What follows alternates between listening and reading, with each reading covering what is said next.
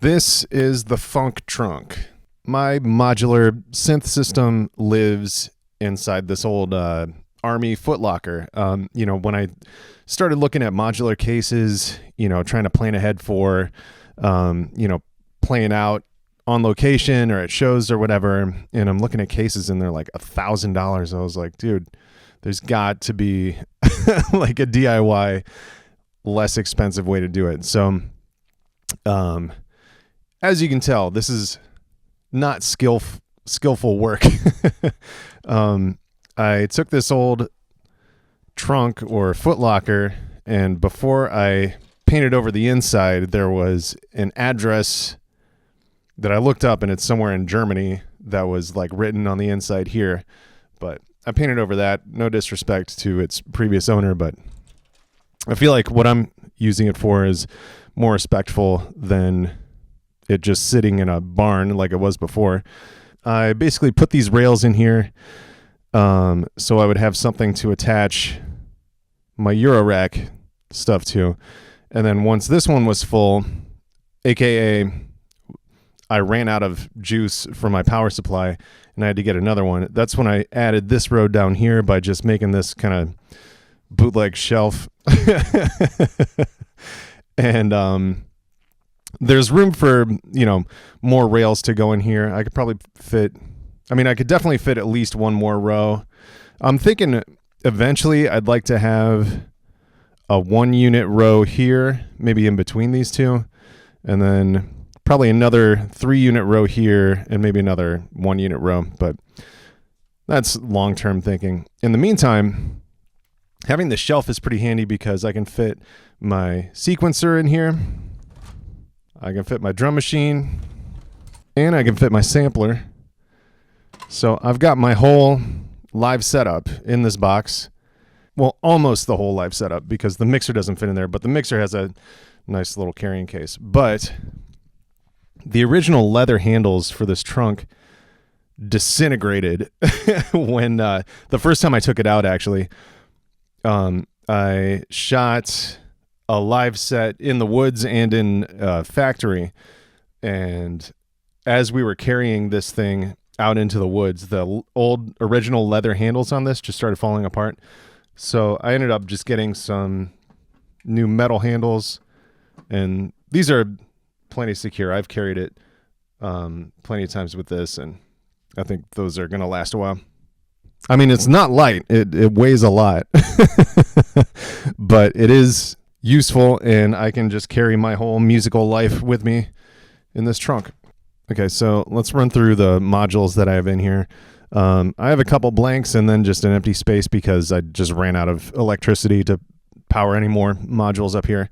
The power supply I'm using is this Tip Top Mini Zeus. Probably could find something more powerful, but it was like the easiest to set up. My sequencer is a MIDI sequencer. This is a Innovation Launchpad Pro. I'll show you this in a little bit, but the important thing to note is it's a MIDI sequencer, which means I need a MIDI to CV converter module. So this is the Mutant Brain, Hex Inverter Mutant Brain. This is what I use for MIDI to CV. Earthquaker devices, Wave Transformer. I did a video about this one already on my channel. This is an AI synthesis VCO from a DIY kit. Warned acronym VCO. I also did a video on that one already. This is the Future Sound Systems Timbral Sculptor. This is a filter slash VCA slash distortion. It's really cool. I'll make a dedicated video to that one soon. This is the Make Noise Sound Hack Mimeophone delay reverb effects thing. This is called Gliss. This is like a CV controller thing. This pad here is touch sensitive, so you can like draw an envelope on here and then send that CV out to modulate other things. This is a 4MS clock distributor, so this can be used as a clock source. Usually what I do is I run a clock out of the Mutant Brain into here as the source, and then you can divide or multiply the clock with these knobs over here. You can also send a CV in here to turn the division or multiplication up or down and automate that, which is kind of a cool effect. But this is super useful. I like that a lot. D6 mult. Yeah, just, utility thing. You plug a signal into here, and then it multiplies it into 6 outputs, or plug it in here for 3 and plug another one in here for 3. This is Make Noise Maths. This is a function generator. I'll have to make a dedicated video about this because it's possibly the most complicated module that I own. These two were two of the first modules that I bought. When I first started getting into modular, I was like, I don't even know if I'm going to like this. So let me just get the cheapest things I can find. And so I got these Behringer dual envelope generator and FilTamp. This is a filter slash VCA. Nothing really exciting about these. They're fine. I probably would have sold them by now if they were worth anything. But they're, they were cheap when I bought them, and if I sold them, it would be 40% of what I bought them for. So it's honestly not even worth a trip to the UPS store. All right, now down here is kind of like a rack expansion, and I do have some more room to grow here. But this is where I put the modules that I either don't use as much or they don't need as much attention from me. Like I'm not twisting knobs on these ones as much. I just kind of set them and forget them usually. But starting from left and going right, this is the Pixie. This is the after later clone of Mutable Instruments plates. Excuse me. Resonate. Again, this is another after later clone of Mutable Instruments rings. I'll have to make dedicated videos on both of these because there's a lot going on with both of those. This is an Erica Synths Pico voice, which I find, I don't know if my module is defective. I bought it used, and it's like impossible to get the pitch calibrated correctly on this thing.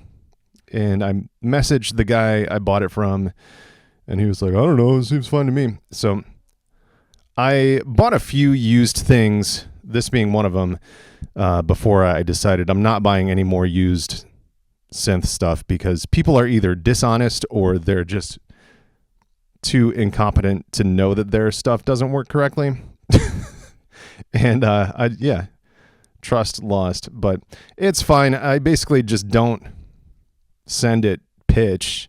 I'll just trigger single note things and then adjust the tune to be in tune with whatever else is going on. That'll probably be a separate video to show how I can make this thing that doesn't translate pitch correctly into something useful.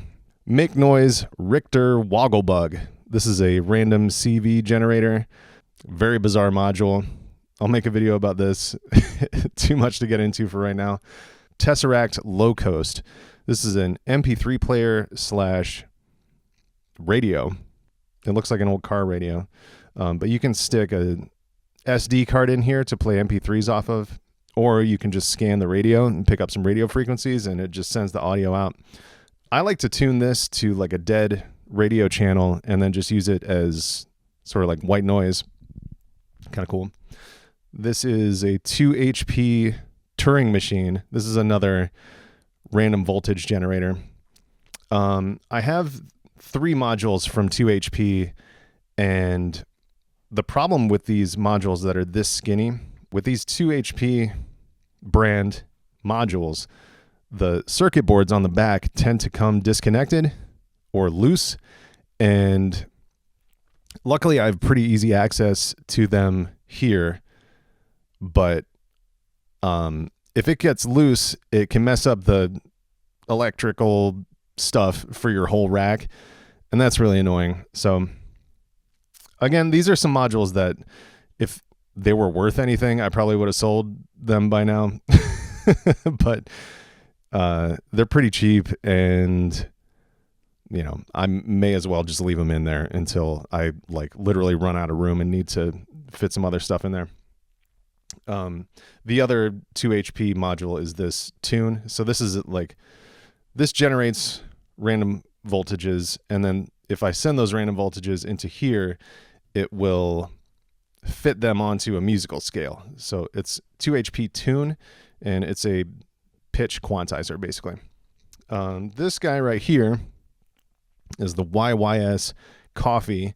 It's a matrix mixer. So send a signal into one of these 4 channels, and then you can mix those together into 2 output channels.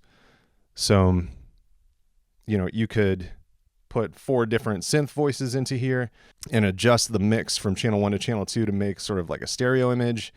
You can mix CVs with these.